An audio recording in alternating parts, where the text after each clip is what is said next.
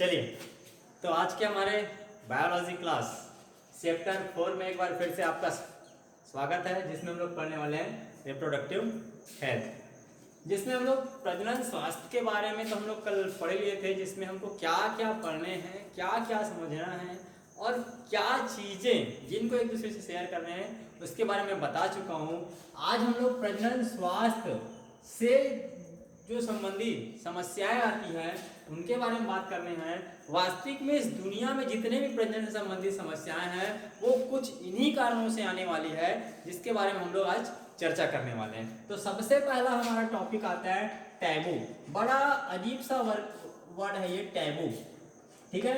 तो टैबू है क्या चीज, इसको मैं बता देता हूँ। हमारा ये जो भारतवर्ष है, हमारा जो भारत देश है, इसमें इस प्रकार की व्यवस्था है कि हम अपने बच्चों को या छोटे बच्चों को प्रजनन से संबंधित बात को नहीं बताते।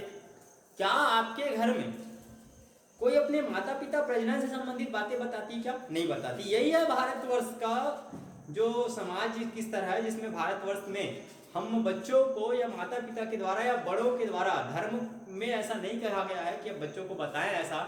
इस कारण से ये जो समस्या आती है उसको क्या बोला गया है? टैबू।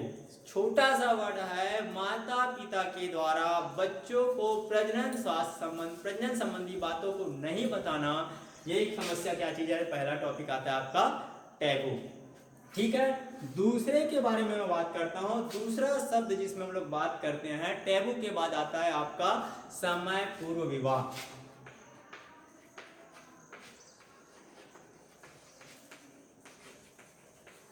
ये सबसे बड़ा समस्या ये है कि लोग इस पे क्या कर देते हैं, समय से पहले विवाह कर देते हैं। समय से पहले विवाह होने के कारण से उस जो बच्चा होता है, जो यौनारंभ होता है, यौनारंभ हम लोग देखते हैं अधिकाधिक 12 से 14 वर्ष, 13 से 15 वर्ष के आसपास और यौनारंभ होता है। और हमारे इस देश में इस यौनारंभ होते ही उन बच्चों को क्या कर दिया जाता है? विवाह कर दिया जाता है, जिससे वो प्रजनन से संबंधी अपने आप की तैयारी नहीं कर पाता और अपनी तैयारी नहीं कर पाता, जिसके कारण से उनको बहुत बड़ी समस्याएं आते रहती है। तो ये जो समय पूर्व विवाह होता है, जिसके कारण से वह अपने आप को प्रजनन से संबंधित तैयार नहीं कर पाता और कर भी लेता है किसी कारणवश।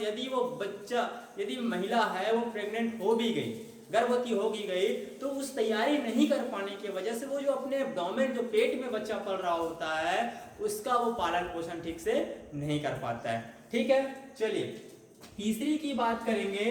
तो तीसरा एक ऐसा है, तो मैं बता दिया बच्चों का विवाह ऑलरेडी कितने वर्ष हो गया? 14 वर्ष, 16 वर्ष, 18 वर्ष की आयु में चलो हो भी गया, तो उस समय वो लग रहा होता है बच्चों जैसे माता पिता।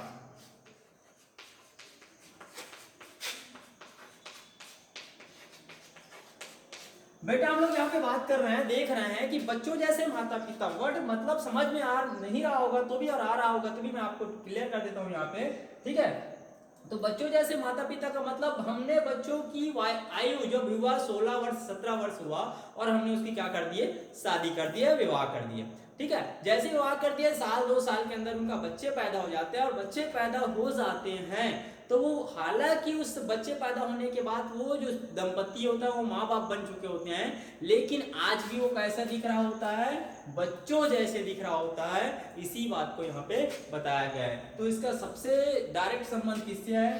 समय पूर्व विवाह से है, जिसके कारण से वो बच्चा जो है, जो दंपति है, वो खुद ऑलरेडी बच्चों का माता पिता बन गया होता है, लेकिन जो माता पिता है वो ऑलरेडी कैसे दिखता रहता है? बच्चों जैसा दिखता रहता है। चलिए चौथी पॉइंट आते हैं हमारा भविष्य के बारे में बात करते हैं। ये जो भविष्य की बात कर रहा हूं भाई, समय से पहले हम बात करते हैं 11-12 तक की जो एज होती है, जब हम पढ़ना चाह रहे होते हैं, वहां तक ऑलरेडी हमारा जो एज होता है वो 16 से 17 साल 18 साल लगभग आ जाती है। ये जो हमारा एज होता है 16 साल 17 साल 18 साल आ जाती है। तो इस वर्ष में हमारी विवाह हो गई, विवाह इस उम्र में उस बच्चे का विवाह हो गया, तो क्या वो अपने भविष्य के बारे में सोच पाएगा? क्या वो आगे अध्ययन कर पाएगा?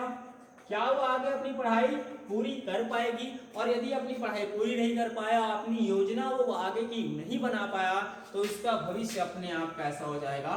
खराब हो जाएगा, ठीक है। तो ये भी एक प्रजनन से संबंधित समस्या है, जिसके कारण लोग अपना भविष्य स्वयं क्या कर लेते हैं, खराब कर लेते हैं, और बच्चों का भविष्य को क्या कर देते हैं, खराब कर देते हैं। चलिए फिर से मैं बात करता हूं कम उम्र की महिला के बारे में। पांचवी समस्या जो है वो है कम उम्र की महिला।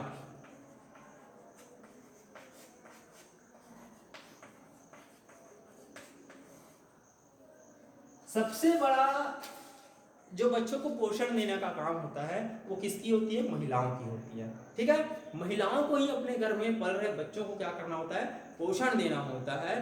तो यही समस्या आती है जब एक बच्ची जो एक महिला होती है उनकी उम्र कम हो, और कम होने के बाद जब उनकी विवाह कर दिया जाता है तो ऑलरेडी पहले ही हम बात कर रहे हैं वो अपने प्रजनन से संबंधित तैयार नहीं हुआ रहता है, और जब प्रजनन से संबंधित तैयार नहीं हुआ रहता है तो सबसे बड़ी यही समस्या आती है, जब वो ऑलरेडी तैयार नहीं है तो उस बच्चे अपने आप के शरीर में बदलाव नहीं कर पाती है, और बदलाव नहीं करने के कारण से ना तो वो अपने बच्चे को पोषण के लिए आवश्यक पदार्थ प्रदान कर पाती है, और ना ही अपने आप को वो सुरक्षा कर पाती है। तो यही चीज होता है जब कम उम्र की महिला जो होती है वो कम उम्र की महिला होने के कारण से प्रजनन से स्वास्थ्य संबंधी एक नए संतति को स्वस्थ जन्म देने में क्या होती है, असफल हो जाती है।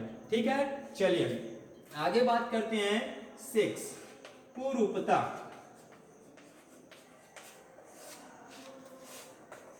कुरूपता का मतलब डायरेक्ट सुंदर का विरुद्ध होता है कुरूपता।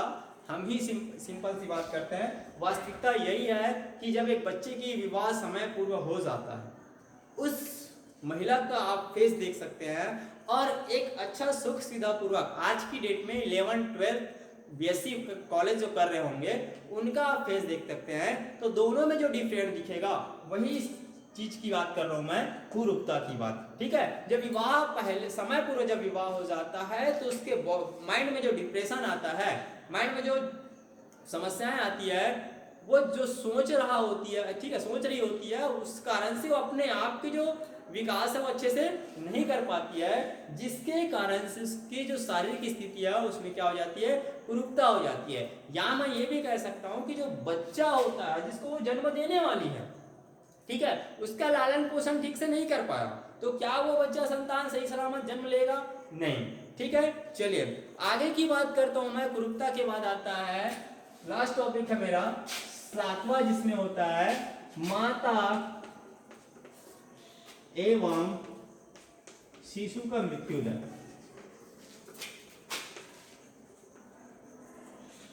ये चीजें सबसे बात कुछ समय पहले जो स्थिति थी, यही स्थिति सबसे ज्यादा उच्च था।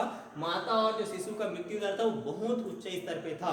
होता यही था कि माँ का जो होता है, स्त्री का जो होता है, उसका विवाह समय पूर्व कर दिया जाता है। मैं पहले ही बता चुका हूँ कि वो जो स्त्री होती है अपने आप के तैयार नहीं कर पाती है, ना ही वो अपने गर्भ में बच्चों को पालने के लिए तैयार हो पाती है, ना ही वो स्त्री जो होती है उस बच्चे को प्रसव के लिए तैयार हो पाती है, जिसके कारण से प्रसव पीड़ा की वजह से वो स्त्री का भी मृत्यु हो जाती है, और या तो वो बच भी जाती है तो उसका जो बच्चा होता है, जो शिशु होता है, वह स्वच्छ नहीं रह पाता, उसकी मृत्यु हो जाती है। तो इतने सारे जो समस्याएं होती है वो प्रजनन स्वास्थ्य के बारे में जानकारी नहीं होने के कारण से होती है। ठीक है, और मेरे और अन्य सारे वीडियो चाहिए तो ऊपर जो बेल आइकॉन दिख रहा होता है वहां पे चाहिए, वहां पे मेरे सारे वीडियो आपको